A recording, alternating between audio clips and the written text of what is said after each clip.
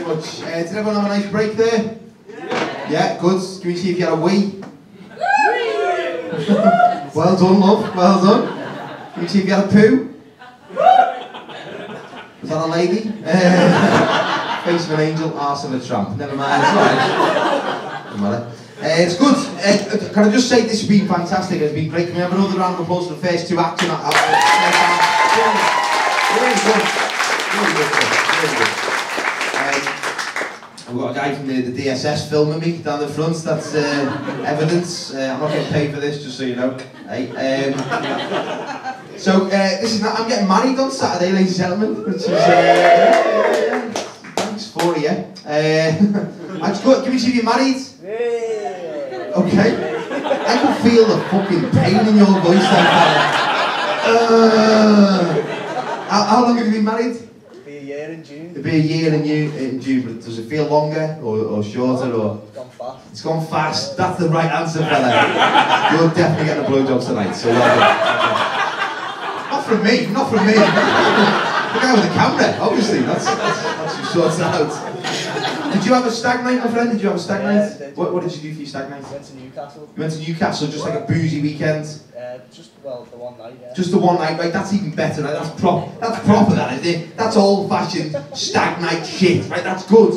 Because I've got a problem, like, I had mine last weekend, I just went out drinking around town, that's fine, right? But I've got a problem with stag nights in this country have got out of hand. Would you agree with me on that? Over the last 10 years? Yeah. Stag nights used to be fucking a stag night. The clue was in the name, wasn't it? It was one night. It was a stag night. It was you, two of your mates, having a pint.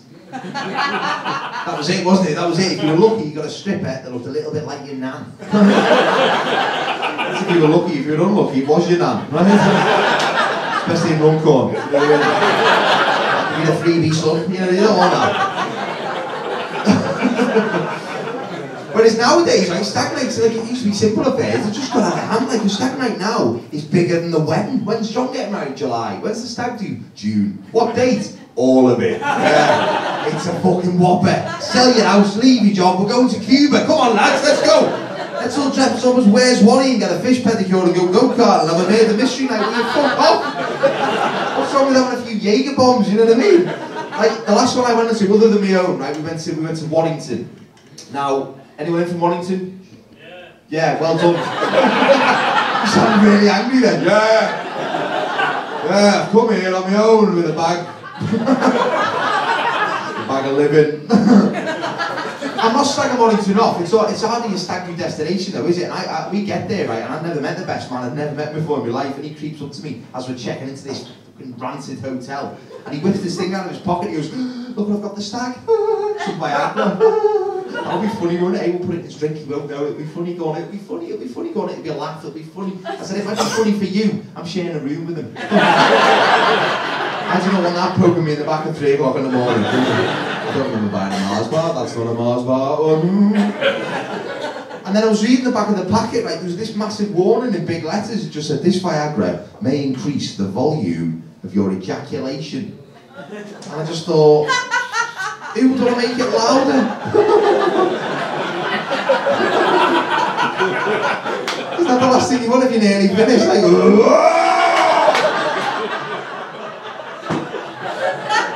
was that me or was that you, love? Did you hear that noise? I think there's a burglar under the bed. You know what that noise was? Weird. We've only just got a joint. We got a joint account 3 months ago, right? That's now that is when you get to know someone properly, isn't it? When you get that first statement and you're looking at it going, £90. Claire's accessories. What? £125 John Lewis makeup counter. Excuse me, fellas. When she sees that, she's gonna know you're a tranny. So. Careful, I shred him. That's what I do. So, you've genuinely been an absolute delight, ladies and gentlemen. Just keep that going. We've got 3 acts on in this section, and they're all going to come on stage. And like we said before, all come on for the first time, written all their own stuff, give them lots of love and support. Is that okay? Yeah. Brilliant stuff. Okay, so we're going to bring the next one on in just a second. If you're ready. Are you ready for your next act, folks? Yeah! Start the applause, please. Put your hands together. And let the singing go. And welcome on stage. The next act is James Doyle.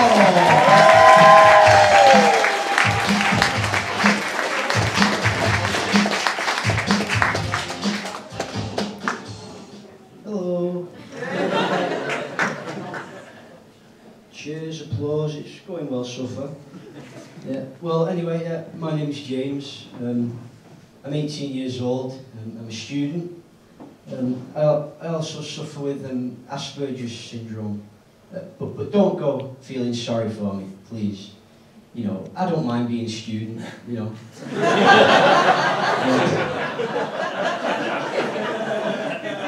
Yeah, I'm a student at Carmel College in St Helens. Don't feel sorry for me for that either. Carmel College, it's so great. I mean, they let anyone in there. You know, no matter what your gender, your colour, your religion, your academic ability, they even let you in. I'm not joking, they even let you in if you're a Man U fan. Yeah. So, I'm in lesson. Yeah. No bullshit, I just cut to the chase. Yeah, I'm in lesson.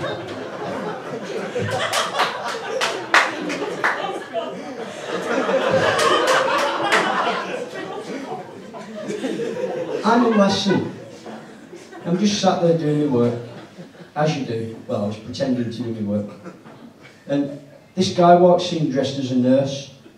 And, right, we're not talking about like your regular type of nurse. Right, we're talking about, you know the sort, the type of nurse that should be reserved for bedroom duties only. Right.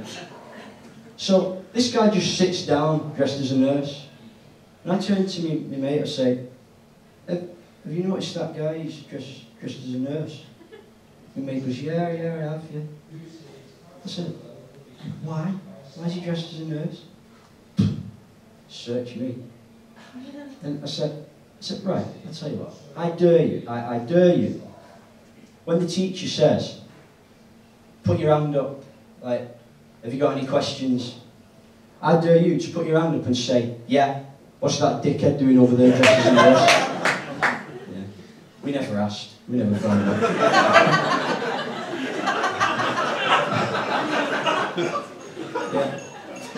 Yeah, like I said before, like, Carmel College, you know, it lets anyone in there. Like, there's this guy who's in my math class, and his IQ's the same as his trousers, you know, really low. You know. We're in the middle of this maths lesson, and he just puts his hand up, and the teacher's like, oh, what would you want? And he says, can I go and get my file? The teacher says, well, where is it? She said, and he said, it's on the field. And she says, well, it'd be gone by now, somebody would have nicked it.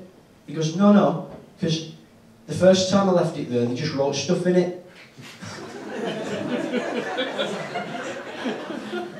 Funnily enough, that first time I left it there, he went to lesson, and the teacher opened his file, and there was a massive cock and balls drawn in it. He got a B for effort, so it doesn't matter.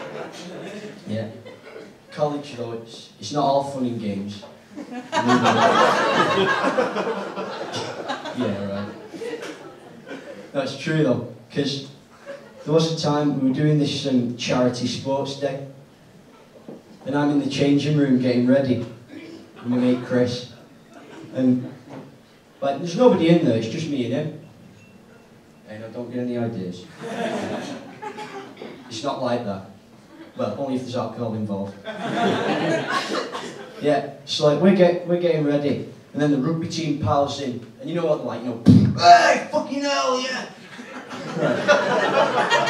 Right. You know the sort, big muscles, tiny dick, you know that. You know the sort. So yeah, like, me and Chris just stood there, and we look at each other, we're like, what the fuck do we do? Right, so all the rugby team, they all strip off, and they leg it into showers, and they've all got towels in the hand. And you know, I could hear them like in the showers, you know, ah! So, they all pile out again, you know, manhood swaying, well, twitching in the breeze. Right, so I'm sat on the bench putting my trainers on, and I look up, and I see something. Oh my God, it haunts me to this day. This guy had his arse in my face. Right, and I had a split decision to make. I could either look at his arse or my mate's face. And it was so difficult because we were both equally as hairy and spotty. Yeah, like I mentioned before, I suffer with Asperger's syndrome, and I was diagnosed at 14. And looking back, I'm surprised my mum and dad didn't actually pick up on it when I was really little, because when I was 4 years old, my best friend in the whole world wasn't another human being. It was a brick wall.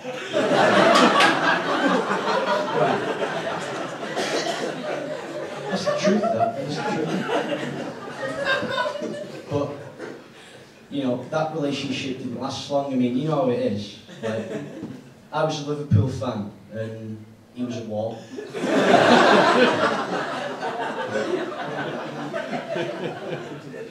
Now, I mentioned I have Asperger's syndrome and stuff like that, you know. And I just want to say, it's a disability, right? And I just want to say that, you've all spent the last few minutes laughing at me, and I just thought, you'd like to know that, you know, I could get all you done for disability discrimination.